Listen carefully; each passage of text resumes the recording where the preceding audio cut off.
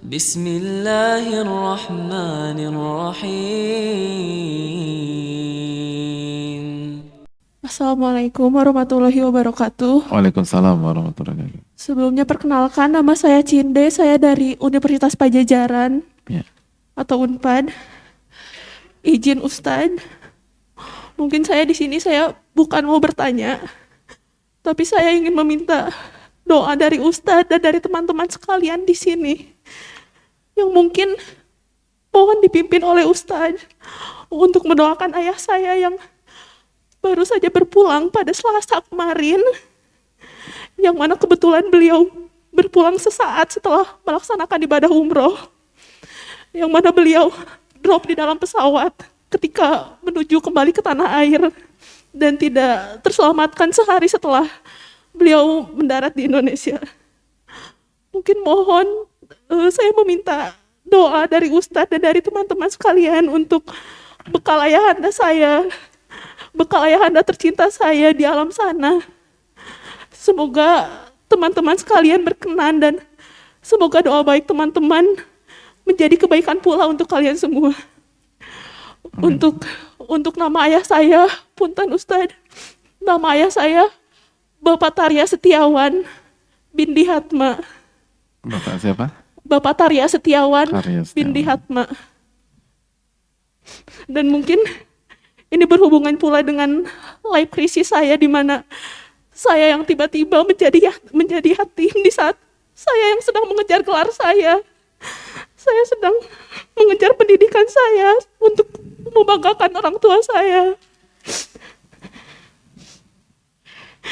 Akan tetapi ayah saya belum sempat menyaksikan saya untuk mendapatkan gelar tersebut, Ustadz.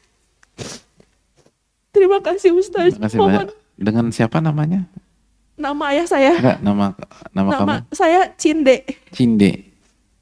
Unpad jurusan apa, Cinde? Kedokteran gigi, Ustadz. Oke, terima kasih. Jazakallah.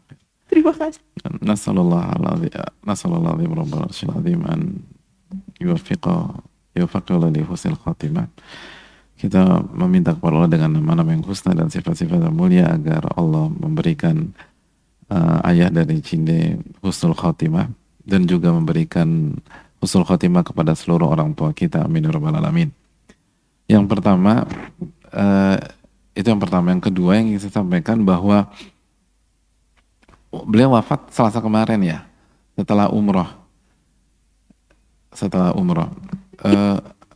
Teman-teman sekalian Allah muliakan, tricky part dalam menyikapi ujian atau masalah atau musibah itu adalah diantaranya kita tuh diminta merespon musibah seringkali dengan lebih dari satu amalan hati. Nah itu tricky part. Ini agak tricky gitu loh. Artinya ketika misalnya orang tua kita wafat, seperti orang tua beliau wafat setelah umroh, di satu sisi kita disunahkan untuk bersedih. Bersedih itu sunnah loh. Justru yang aneh kalau anaknya ketawa-ketawa dan nggak ada sedih sama sekali. Karena Nabi SAW ketika kehilangan keluarga beliau sedih dan beliau menangis. Makanya kata para ulama akidah menyatakan bahwa kalau Nabi SAW bersedih dan menangis, maka yang aib itu yang nggak sedih. Dan itu tidak ada kaitannya dengan kesabaran. Karena kesabaran adalah self-control agar on track gitu loh. Bukan nggak boleh nangis. Bahkan Nabi SAW menangis ketika anak beliau Ibrahim meninggal. Kata Nabi SAW, innal aina la tadma' wal qalba la yahzan wa inna bifiraqika Ibrahim la mahzunun.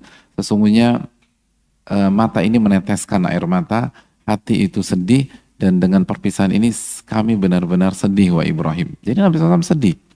Tapi on the other hand, di sisi lain, ketika ayah kita atau orang tua kita atau orang yang kita cintai arahnya adalah husnul khotimah, maka kita harus punya sisi harapan. Jadi dalam hati kita jangan diliputi oleh kesedihan secara utuh gitu loh. Meninggal setelah umroh itu salah satu meninggal yang paling strategis. Bagaimana enggak?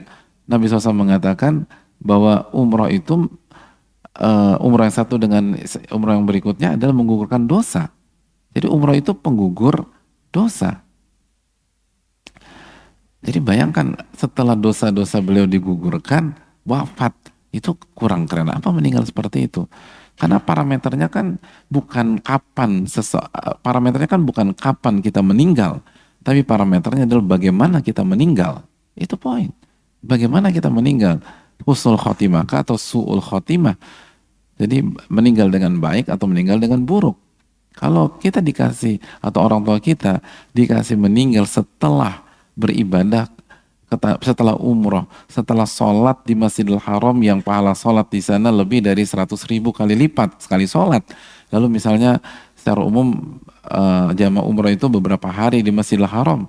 Lalu setelah beribadah di Masjid Nabawi, setelah beribadah di Raudhah, itu ni'mal maut kata orang Arab, itu sebaik-baiknya kematian atau diantara kematian terstrategis, meninggal dalam kondisi habis beribadah, habis dari tanah, habis berdoa, habis dosa-dosa digugurkan dan seterusnya.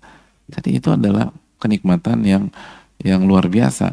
Sehingga kalau kita beriman, kita nggak boleh memenuhi seluruh isi hati kita dengan kesedihan.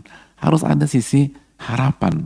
Lalu yang berikutnya, di sini ada poin yang membuat kita bisa terpukul. Teman-teman yang Allah muliakan, jangan pernah menjadikan makhluk sebagai tujuan utama hidup kita. Jangan. Orang-orang beriman jelas, kalian tahu ayatnya, dan kalau mau cek ayatnya di ChatGPT hanya dapat beberapa detik. Allah berfirman, inna solati wa nusuki wa mahyaya wa mamati lillahi rabbil alamin. Sesungguhnya solatku, ibadahku, sesembelihanku, hajiku, umrohku, dan amal ibadah yang lain, lalu hidupku dan matiku untuk siapa? Aku persembahkan untuk Allah. Aku persembahkan untuk Allah. Bukan untuk A, bukan untuk B, bukan saya, untuk Allah SWT. La syarikalah, tidak ada sekutu bagi Allah SWT. Wa bidzalika umirtu, dan aku diperintahkan untuk demikian. Wa ana awwalul muslimin, dan aku pertama kali beriman. Surat Al-An'am ayat 162. Jadi teman-teman yang Allah muliakan, Allah berfirman dalam Al-An'am 162 ini, sesungguhnya hidupku untuk Allah SWT. Berarti kita kuliah untuk siapa? Untuk Allah. Bukan untuk membuat bangga orang tua, tidak. Dan at-tabi dalam kaidah fikih mengatakan, itu kalau kita totalitas mencari wajah Allah, otomatis orang tua bangga, udah. Itu nggak perlu diniatkan. Goes without saying itu. Itu nggak perlu Anda inikan. Otomatis bangga. Antum misalnya walaupun ini bukan parameter keberhasilan ya, tapi anggap aja antum lulus dari ITB, Unpad atau UPI dan lainnya dengan IPK 4. Dan antum niatkan karena Allah SWT, lalu orang tua antum dapat kabar itu, bangga apa enggak? Ya bangga lah, gitu loh. Itu otomatis, antum nggak usah khawatirkan itu. Sama seperti yang kita bahas, hidup itu jangan jadikan dunia sebagai tujuan. Dunia itu jalan. Kalau antum berhasil sampai akhirat, dunia akan dapat, biiznillah. Dunia akan dapat. Makanya para ulama itu ada yang kaya dan miskin. Dan Imam Syafi'i rahimahullah mengatakan, ulama yang miskin itu pilihan hidup. Artinya kalau mereka mau kaya, kapanpun mereka bisa, tapi mereka nggak mau. Beda sama kita tuh miskin terpaksa, gitu loh. Udah berjuang segala macam, tetap aja nggak kaya. Ulama itu seperti Imam Ahmad, itu pilihan. Imam Ahmad, orang yang menguasai 1 juta hadits, yang punya critical thinking luar biasa, itu luar biasa, yang punya madhab tersendiri, itu kalau mau kaya gampang, tapi mereka nggak mau. Jadi sekali lagi teman-teman sekalian, jangan jadikan dunia sebagai tujuan. Itulah weakness kita, itu akar masalah. Itu yang saya katakan tadi, salah satu pondasi lemah ketika kita lakukan ini semua untuk ibu, untuk ayah. Jangan salah paham ya, tapi kan masalahnya di situ. Kalau ibu meninggal gimana? Ada banyak orang nggak punya motivasi begitu ibunya wafat. Kalau ayah meninggal gimana? Banyak orang terpuruk ketika ayahnya wafat dan nggak punya gairah. Gitu. Kita belajar mati-matian agar bisa nikah sama si A, si Mawar, sebut saja Mawar. Tiba-tiba begitu kita lulus, begitu kita mau ujian akhir, Mawar nikah dengan Kamboja, gitu loh. Bisa jadi Mas Kamboja Susanto misalnya gitu loh. Jadi Mbak Mawar nikah sama kalian, itu blank itu pas ujian, gak ada gunanya lagi gue belajar, gak ada gunanya gue ini. Awalnya mau S2 segala macam, udah gak ada S2, gak ada S3. Kenapa? Karena sekali lagi sangat rapuh. Orang yang tujuannya untuk makhluk sangat rapuh. Begitu, dan makhluk tuh fana, kapanpun bisa nggak ada, bisa hilang, bisa wafat, bisa pergi. Jangan sampai kita kaitkan keberhasilan, kebahagiaan kita kepada mereka. Tapi kalau kita karena Allah, biinilah itu dapat kok. Makanya kan, jadikan dunia itu seperti bayangan kita. Jangan dikejar. Begitu dikejar, nggak akan pernah dapat. Tapi begitu kita menjauh, dan kita nggak peduli secara hati, dia akan ngikutin kita. Dunia itu bayangan, kata para ulama. Jangan dikejar. Sudah sebuah kebodohan kalau kita berusaha mengejar dan menangkap bayangan kita sendiri.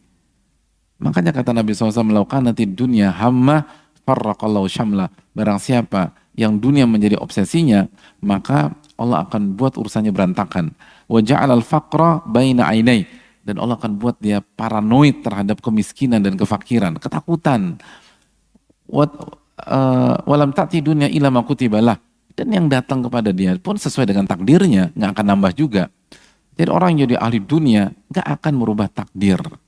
Itu poin penting.